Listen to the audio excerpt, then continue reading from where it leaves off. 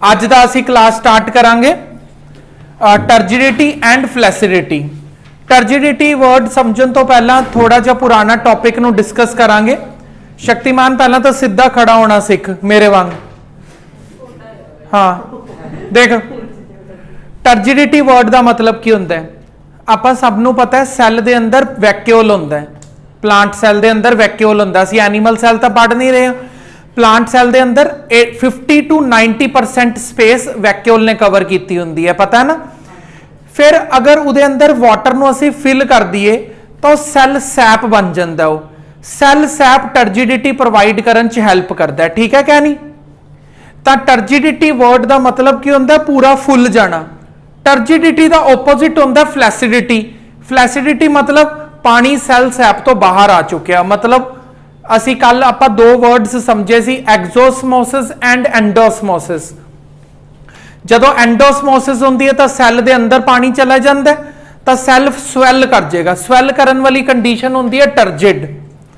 ते जदों एक्सोसमोसिस होएगा सैल सैप तो सारा पानी बाहर निकल गया। जदों सारा पानी शक्तिमान बाहर निकल जाएगा ताकि होएगी कॉन्ट्रैक्ट फ्लैसिडिटी हो जाएगी। इनू ही अज आप डिटेल च वर्ड बाय वर्ड पढ़ांगे, ठीक है। एक पैराग्राफ करन तो बाद तैनूं कराऊंगा। देखो, when a plant cell kept in water और हाइपोटोनिक सोल्यूशन।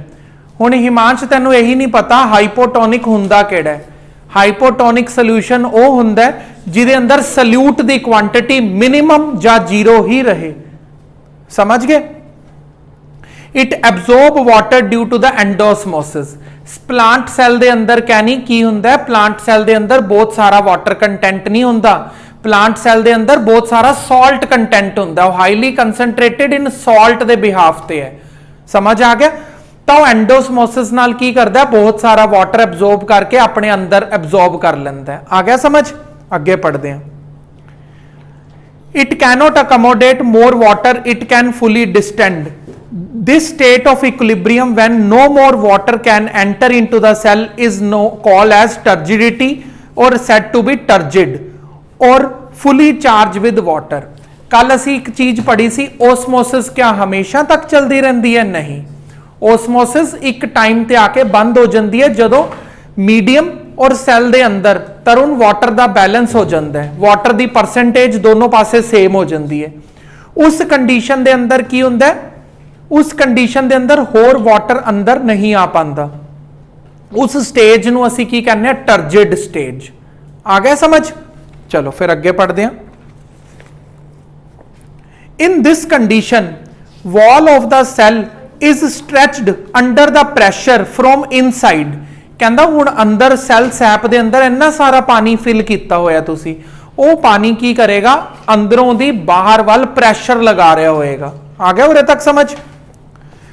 मैं तुहानूं कल भी कैसे प्रैशर के बारे डिस्कशन की सी जिहदा नाम सीगा ओस्मोटिक प्रैशर, याद है तुहानूं? ठीक है। फिर अगे पढ़ते हैं। The pressure exerted by the cell content against the cell wall in the turgid condition is known as turgor pressure.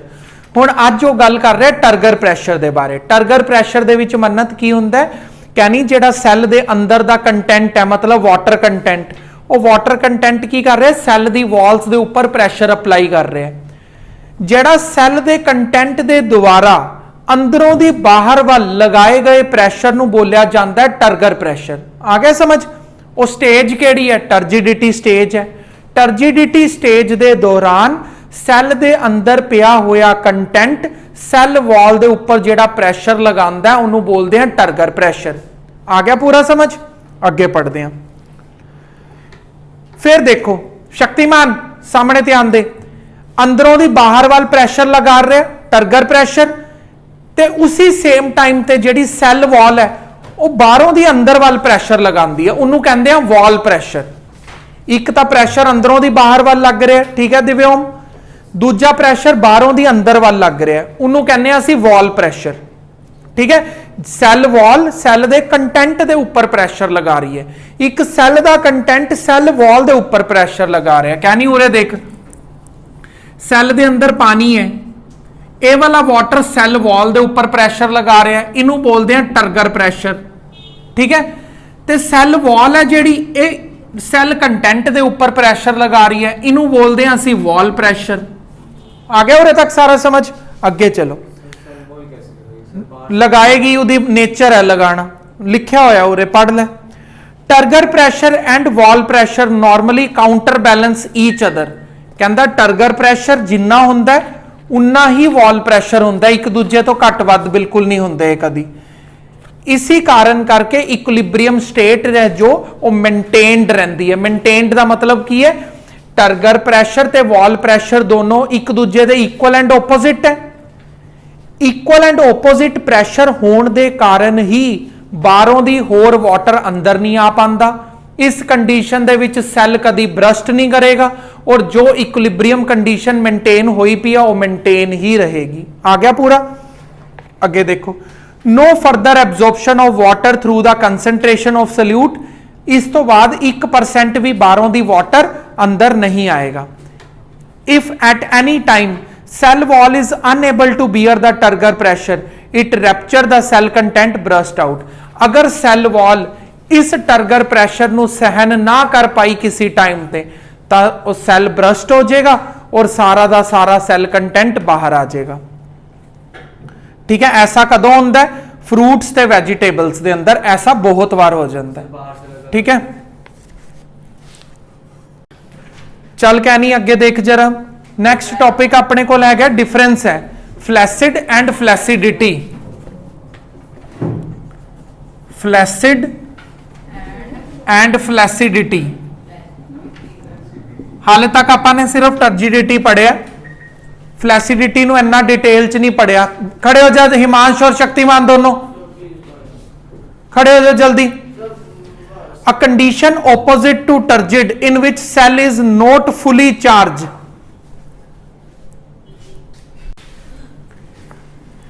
With water, cell content is shrunken is called flaccidity and cell is said to be flaccid। एक ऐसी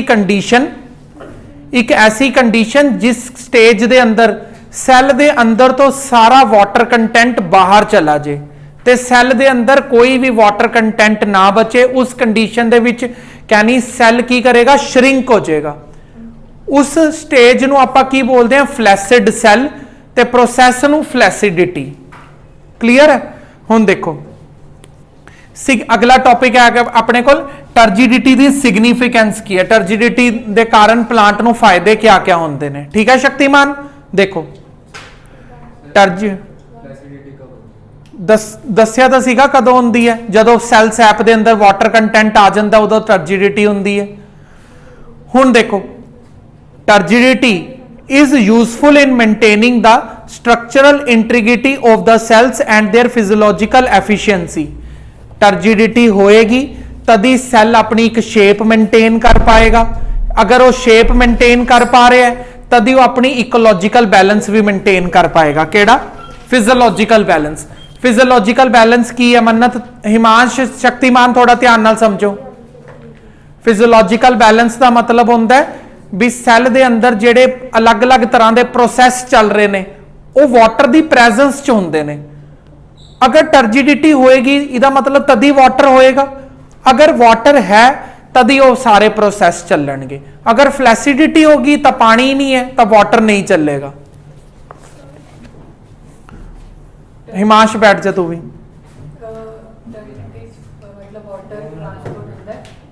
turgidity एक condition है जिहदे विच equilibrium maintain हो जाता है, transport नहीं होता, पानी उहदे अंदर ही रहता है। चल सामने देख, एक मिनट रुको। Movement of the water from cell to cell. देख देखो पहला सिग्निफिकेंस की है टर्जिडिटी का। टर्जिडिटी की हैल्प दे नाल ही एक सैल तो वाटर अगले सैल तक जा पाता है। हैडिंग ध्यान नाल पढ़ो, फिर मैं बोर्ड ते समरी दसांगा, फिर उस तो बाद आप लाइन टू लाइन रीडिंग भी करांगे। हैडिंग पढ़ लो बस। Movement of the water from cell to cell. ये देखो जरा, मैं एक जगह ते कुछ 2 3 6 सैल बना ले। ठीक है, आप मान लेने भी ये वाला सैल है कहनी ये टर्जिड हो चुका है। ठीक है, ਟਰਜਿਡ ਦਾ ਮਤਲਬ ਮੈਂ ਤੁਹਾਨੂੰ ਪਹਿਲਾਂ ਹੀ ਐਕਸਪਲੇਨ ਕਰਤਾ। ਟਰਜਿਡ ਦਾ ਮਤਲਬ ਕੀ ਹੁੰਦਾ, ਜਦੋਂ ਸੈੱਲ ਸੈਪ ਦੇ ਅੰਦਰ ਬਹੁਤ ਸਾਰਾ ਵਾਟਰ ਕੰਟੈਂਟ ਆ ਜਾਂਦਾ ਹੈ। ਆ ਗਿਆ। ਜਦੋਂ ਸੈੱਲ ਟਰਜਿਡ ਹੋ ਜਾਂਦਾ ਹੈ मतलब ਇਹਦੇ ਅੰਦਰ ਹੋਰ ਵਾਟਰ ਨਹੀਂ ਆਏਗਾ। ਉਸ ਤੋਂ ਬਾਅਦ ਇਹ ਕੀ ਕਰਦਾ ਹੈ, ਆਪਣਾ ਸਾਰਾ ਵਾਟਰ ਓਸਮੋਸਿਸ ਪ੍ਰੋਸੈਸ ਦੇ ਨਾਲ ਅਗਲੇ ਸੈੱਲ ਚ ਪਾਉਂਦਾ ਹੈ, ਕਿਉਂਕਿ ਹੁਣ ਸੈੱਲ ਦੇ ਬਾਹਰ ਪਾਣੀ ਜ਼ਿਆਦਾ ਹੈ। ਇਹ ਦੇਖ, ਇਸ ਸੈੱਲ ਦੇ ਅਗਰ ਕੰਪੈरेटिवली ਗੱਲ ਕਰੋਗੇ, ਇਹਦੇ ਸਰਾਊਂਡਿੰਗ ਚ ਜਿਹੜਾ ਸੈੱਲ ਬੈਠਾ ਹੈ ਉਹਦੇ ਅੰਦਰ ਵਾਟਰ ਜ਼ਿਆਦਾ ਹੈ, ਇਹਦੇ ਅੰਦਰ ਵਾਟਰ ਕੀ ਹੈ, ਘੱਟ ਹੈ। ਤਾਂ ਐਵੇਂ ਕੀ ਹੋਏਗਾ, ਓਸਮੋਸਿਸ ਨਾਲ ਕੀ ਹੋਏਗਾ, ਪਾਣੀ ਇਧਰੋਂ ਦੀ ਇਹਦੇ ਚ ਆਏਗਾ, ਫਿਰ ਇਹਦੇ ਤੋਂ ਇਹਦੇ ਚ, ਫਿਰ ਇਹਦੇ ਤੋਂ ਇਹਦੇ ਚ, ਫਿਰ ਇਹਦੇ ਤੋਂ ਇਹਦੇ ਚ। हाँ नहीं, मैं तुहानू ओही हाले तो मैं सिर्फ छोटा जिहा एक लिंक दस्सिया भी आपां की पढ़ांगे। हुण जिहड़े डिटेल है ये किवें हुंदा प्रोसैस, आपां वर्ड टू वर्ड बुक चों पढ़ के करांगे। देखो ये तो मैं सिर्फ दस्सिया टर्जिडिटी किवें मदद करदी है। चल कहनी लाइन टू लाइन पढ़ना एक एक वर्ड। देखो, water moves from cell to cell specially in the root cells because of turgidity. Water एक सैल तो दूसरे सैल तक जाता है, कहता स्पैशली रूट सैल्स दे अंदर तां टर्जिडिटी दी मदद दे नाल ही, बाकी सैल्स ते भी जाता है लेकिन रूट सैल च स्पैशली टर्जिडिटी दी मदद दे नाल ही जाता है। एक लाइन क्लीयर है? अगला पढ़ो किवें जाता, हुण ये दस्सणगे। Water always move from more turgid cell to less turgid cell. समझ गए भी चीज? आ देख हिमांश, अगर ये सैल टर्जिड है तो ये नाल वाला तो नहीं है ना टर्जिड, तो सैल मतलब इनू मान लेने फ्लैसिड है ना भी, ये फ्लैसिड है सैल, तो मतलब ये अंदर पानी नहीं है। तो वाटर हमेशा मूव कित्थों करेगा, मतलब आप हाले इनू सिर्फ टर्जिड मनते हैं, इनू टर्जिड नहीं मनते, इनू मान लेने आप नॉन टर्जिड। क्लीयर है? ज्यादा कंफ्यूजन ही नहीं होएगी। तो वाटर टर्जिड सैल तो नॉन टर्जिड सैल वाल जाता है। अगे पढ़ो, हुण दो लाइना क्लीयर है? देखो आगे देखो, the direction in which water will flow from one part of the plant to the another or even one cell to the another cell depend upon the turgor pressure in the two regions. ठीक है गुरांग, इन्नी कुछ चीज ही उन्हें discuss की है। कहता एक सैल तो वाटर दूसरे सैल तक इसी कंडीशन ते पास होंदा है भी जेडे उहदे एडजॉइनिंग सैल्स ने उन्हां दे अंदर शक्तिमान टर्जिडिटी कितनी है। नहीं, पहला टर्जिडिटी मेनटेन होंदी है, फिर ओसमोसिस हो जाए। इन्हें ओसमोसिस नाल वाटर गेन किया, टर्जिड हो गया।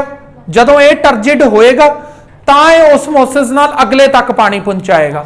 हाँ है तो ओसमोसिस ही, टर्जिड होने तो बाद अगले तक पहुंचाते हैं। ऐ नहीं भी एक बूंद आई, एक बूंद अगे, एक बूंद आई, पहला पूरा अपने आप को भर लेंदा, वाटर यूज कर लेंदा, कैमिकल रिएक्शंस हो लेंदियां ने, फिर जदों पूरा अपने वाटर यूज कर लेंदा, टर्जिड हो जाता, फिर अगली स्टेज च पास करता।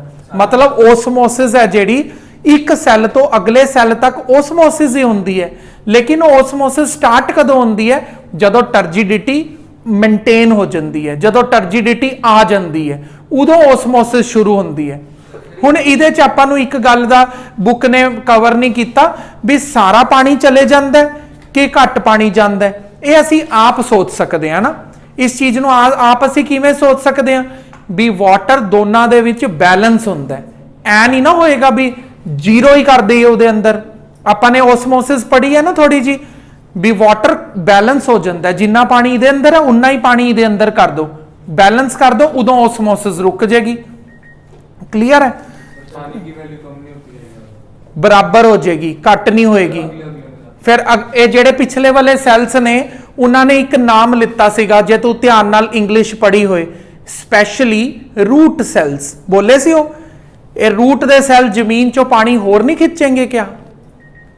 अगर ये वाले सैल ने पानी इनू देता, इन्हें इनू देता, इन्हें इनू देता, इन्हें इनू देता, ये खाली थोड़ी हो जाएगा। ये रूट दे सैल्स ने जमीन तो पानी होर एब्जॉर्ब कर लेंगे, ये दोबारा टर्जिड हो जाएगा। जिन्हें ये उन्होंने देगा ये दोबारा उन्होंने अगे अगे चलता रहेगा, ये कभी खत्म नहीं होने वाला है प्रोसैस। एवें एवें पहुंचते पहुंचते लीव्स को चला जाएगा, लीव्स बाहर सुट देंगे, पानी ट्रांसपीरेट कर देंगे, साइकिल तो चलता ही रहेगा। ठीक है, बस उन्होंने ये समझाना सी भी एक सैल तो अगले सैल तक पानी टर्जिडिटी की मदद के नाल जाता है। ठीक है, चलो अगे रीड करते हैं। Maintenance of the proper shape. हुण देख हर लीफ की एक प्रॉपर शेप होंदी है कि नहीं? हर लीफ की जिहड़ी एक प्रॉपर शेप होंदी है टर्जिडिटी के कारण होंदी है। अगर कहनी टर्जिडिटी ना होए तो सारे लीफ मुरझाए हुए तो एक जैसे लगणगे, है ना? सारे लीव्स अपनी शेप खो देंगे। जिहड़ी उहदी शेप है मैंगो की एक पर्टिकुलर शेप होंदी है, लीफ की पर्टिकुलर शेप होंदी है, इन्ने तरह के लीव्स ने, हर दी एक पर्टिकुलर शेप होंदी है। किहदे कारण है? टर्जिडिटी के कारण। आ देखो लिखा होया fruits, flowers and young stems, young shoots, इन्हां दी जिहड़ी शेप है टर्जिडिटी के कारण हो पा रही है। नेक्स्ट पार्ट देखो, थर्ड, टर्जिडिटी प्रोवाइड्स रिजिडिटी।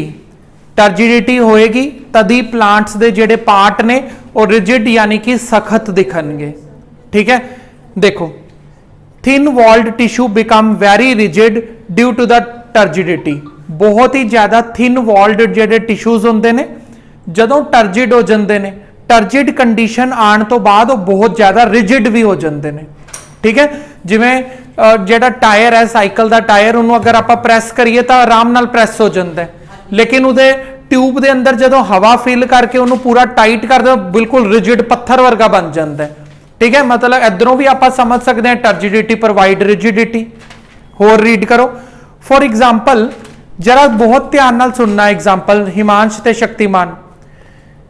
जदों रूट दे सैल्स टर्जिड हो जाते हैं तो बहुत हार्ड हो जाते हैं, और बहुत हार्ड होने के कारण ही हार्ड सोइल के अंदर पैनीट्रेट हो पाते हैं। उस रूट के पार्ट्स इन्ने ज्यादा हार्ड हो जाते हैं, वो तो पहाड़ों के उपर पत्थर नूं भी चीर के अगे तक चले जाते हैं। मतलब टर्जिडिटी कुछ अलग टाइप की रिजिडिटी भी प्रोवाइड करती है। तुसीं देखिया होगा दीवारां दे उपर भी कई बार पेड़ उग जाते हैं, देखिया ना? पीपल ट्री एक ऐसा ट्री, वो किते भी ग्रो कर सकता है, उन्होंने चाहिए नहीं है सोइल, चाहे वो तो पेड़ एक ऐसा पेड़ है, वो तो मतलब दीवारां दे उपर पत्थर दे उपर भी ग्रो कर जाता है, उहदियां रूट्स पैनीट्रेट करके कितों भी पानी लभ लैंदियां ने। ह्यूमन बॉडी ते नहीं ग्रो करता, मैं पत्थर और दीवारां ते ग्रो करन दी गल कर रहा। हाँ, शक्तिमान दे सिर ते कर जाता है। देखो, और on the concrete floor on the adjoin, देख लो लिखा होया है concrete floor on the adjoining buildings of the turgor pressure. कहंदा मतलब पत्थर वर्गी जगह के उपर भी ट्री फ्लो कर सकते हैं। किवें? उन्हां दियां रूट्स जदों टर्जिड हो जांदियां ने तो बहुत रिजिड भी हो जांदियां ने, तो रिजिड होने के कारण उन्हां दी पैनीट्रेशन सोइल दे विच जां किसी भी ग्राउंड दे विच सबस्टांस दे अंदर ईजी हो जाती है। कंप्लीट हो गया। Movement in the plant cells. Several plant movements are performed due to the reversible turgor changes such as stomatal movements. हुण हिमांश इस चीज नूं थोड़ा ध्यान नाल समझी। ठीक है, ये वाला टॉपिक दो अलग अलग चैप्टर्स दे विच दो अलग अलग टेक्निक्स दे नाल आऊगा। कहनी है बंद कर दे डोर।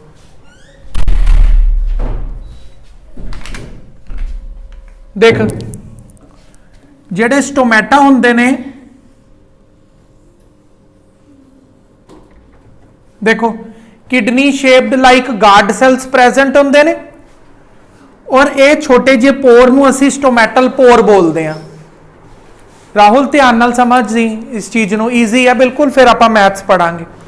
देख, ये जेडे गार्ड सेल्स होंदे ने, गार्ड सेल टर्जिडिटी के कारण की हो जाते ने, ना कर, गार्ड सेल टर्जिडिटी के कारण पूरा की हो जाएंगे, फुल जाएंगे, स्वैल हो जाएंगे। आ गया तुहानूं उरे तक समझ?